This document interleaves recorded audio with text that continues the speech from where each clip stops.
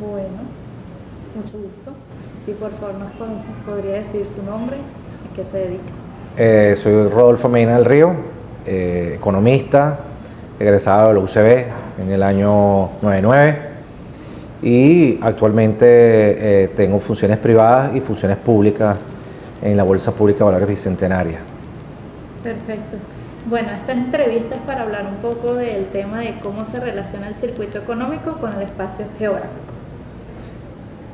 Ok, fíjate, primero, bueno, habría que definir qué es el circuito económico, ¿no? Entonces, es aquel espacio donde interactúan los distintos agentes de la economía, ¿no? Entonces, ahí tenemos, bueno, justamente el sector empresarial, el sector industrial, que se encarga justamente de la producción de bienes y servicios, ¿no? Y esa producción de bienes y servicios tiene que estar dirigida a una población, que son las familias. Las familias forman parte importante de la economía porque son los que ejercen el consumo. Existe también el sector gobierno.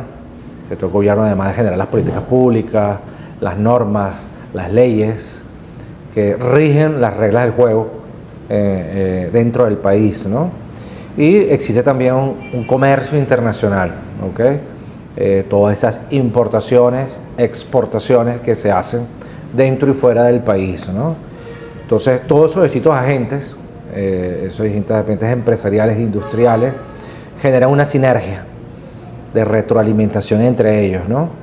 Que es lo que genera al final es un crecimiento o, si no se da, un decrecimiento de lo que nosotros llamamos en la economía el Producto Interno Bruto, la producción de bienes y servicios, ¿ok?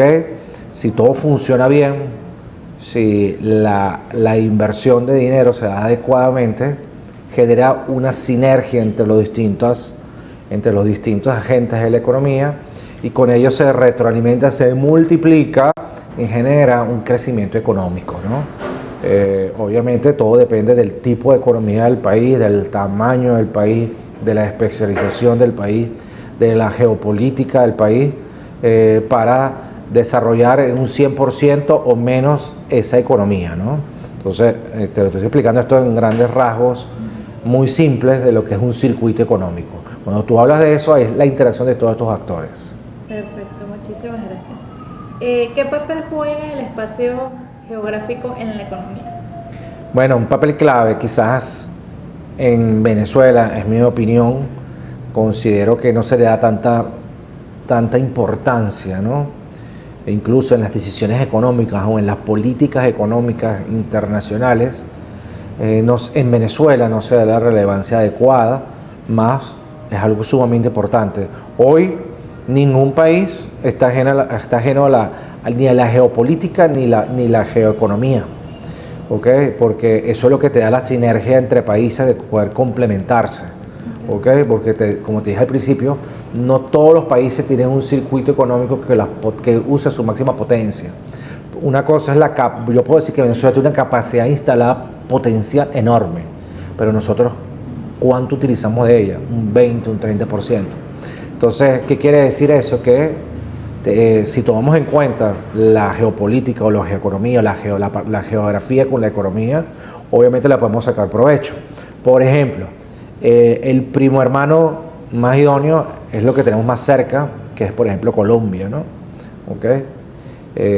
Hoy tenemos una geopolítica, podríamos decir, alineada por las visiones de ambos países. Entonces ahí es sumamente importante porque tenemos un comercio, podemos tener un comercio exterior, bilateral, bien amplio y profundo. Es clave, ¿ok? Entonces si tú no te abres a lo que tienes más cercano, sea por factores políticos o factores económicos, estás cercenándote un crecimiento que puede tener tu economía. Entonces te cito ejemplos de impacto. Lo más fácil es lo que tenemos más cerca. ¿Okay? Un ejemplo positivo que podríamos materializar ahorita es la posición geográfica que tenemos con nuestro país hermano como Colombia. ¿Okay? Creo que ahí se pueden afianzar un poco más esas relaciones y poder potenciar nuestro comercio exterior, ¿no? Es decir, qué productos, qué bienes y servicios son necesarios para Colombia, que en el pasado eran muy fuertes, y viceversa. ¿Okay? ¿Qué producto nosotros nos puede beneficiar de tener con Colombia y generar un comercio internacional que al final eso es divisas, ¿okay? Un movimiento de divisas entre países, y eso te genera un crecimiento. Por eso que se habla, cuando tú hablas del Producto Interno Bruto, se habla de la producción de servicios dentro y las que se exportan hacia afuera, forman parte del crecimiento del Producto Interno Bruto, ¿no? Entonces, obviamente es clave, ¿okay? Abrirnos a otros países, incluso más lejanos geográficamente, también es clave, ¿okay? La relación que teníamos nosotros muy afín con Panamá, por ejemplo, en ciertos momentos para nosotros fue clave en el crecimiento de Venezuela en el pasado. E incluso llegar a Panamá era llegar al norte de este continente, ¿okay? Llegar a Panamá era el camino perfecto para hacer el puente de saltar el océano y llegar a Europa, ¿okay? Obviamente hoy, ¿qué ha cambiado hoy en día? Que la geografía en función de la economía no solamente depende de la distancia, ¿okay? Sino también depende de la relación bilateral que haya entre países. Entonces podemos ver que tenemos afianzado por nuestra situación política hace varios años relacionamiento de Europa del Este y de Asia, ¿okay? Más afianzado con otros países, incluso más cercanos, como podría ser Uruguay, el sur de América, o el norte de América como Canadá. ¿Me explico? Que no tenemos ese acercamiento ni político-económico, porque no hay lazos, y al no haber lazos, obviamente la geografía influye con la política, influye con la economía. Lamentablemente, yo siempre digo, la economía está muy ligada a la política, ¿okay? Si las cosas políticamente van bien, hay puertas abiertas para desarrollar una integración económica, ¿okay? Y en caso contrario, al revés, pues. Entonces, obviamente que hoy en día la geografía va muy ligada a la economía, ¿no? Positivamente o negativamente, cual fuese el caso. Perfecto. ¿Qué estrategias se pueden implementar para reducir las disparidades económicas regionales? Totalmente. Fíjate, de alguna manera el crecimiento del mundo va en función de la integración entre regiones, ¿no? Una de las grandes regiones que se potenció fuertemente, la más fuerte, es la que tiene que ver con Europa, ¿okay? Con la apuesta del euro, incluso hace bastantes años, justamente buscaba esa integración, ¿no? Y esa complementariedad entre los países, e incluso la llevaron a tener una moneda única como hoy se lleva, ¿no? Bueno, lamentablemente en el continente americano ha sido más difícil eso, en el tiempo. El que lo logró, te puedo decir que fue Bolívar, Simón Bolívar con la Gran Colombia, y bueno, obviamente, como te dije, los factores políticos no se alinearon en ningún momento. Aquí en Venezuela, en el comienzo del gobierno del presidente Chávez, hubo una especie de integración sudamericana que integró incluso una moneda, que era el sucre, una moneda en Bolivia, Ecuador, Cuba, Venezuela. Fue un intento, ¿no?, de integración económica, que lo que buscaba justamente era complementar entre países bienes y servicios, intercambiar a través de un modelo económico financiero, que era la compensación financiera. Pues se generó una moneda virtual que se llamaba el sucre y se compensaban. Si tenía saldo a favor o en contra, se compensaban con el sucre, se hacía un equivalente en sucre y se neteaban entre bancos centrales, ¿no? Ese dinero, ¿no? Obviamente nos falta mucho para llegar a una integración en el continente americano o en Sudamérica, para hacerlo más chiquito. Tiene que haber muchos factores alineados. Uno es lo político, segundo la necesidad, de ser más pragmático para complementarnos adecuadamente. Fíjate, yo te pongo un ejemplo, el ejemplo del café. Nosotros somos grandes productores de café, muy buen café, pero no somos especialistas en procesarlo, ni sacarle ese café que va más cotizado para exportar, para catas, para restaurantes, lo cual sí lo ha hecho Colombia, por decirte. La tecnificación. Entonces, un ejemplo verídico que puede haber de integración es justamente no es solamente en bienes y servicios, sino obviamente también en la cooperación entre países, lo que se llama cooperación no monetaria. Yo me puedo integrar no necesariamente monetariamente con otro país, sino no monetaria. ¿Okay? Enséñame. No podemos integrarnos Yo te enseño lo que tú sabes y tú me enseñas lo que yo no sé.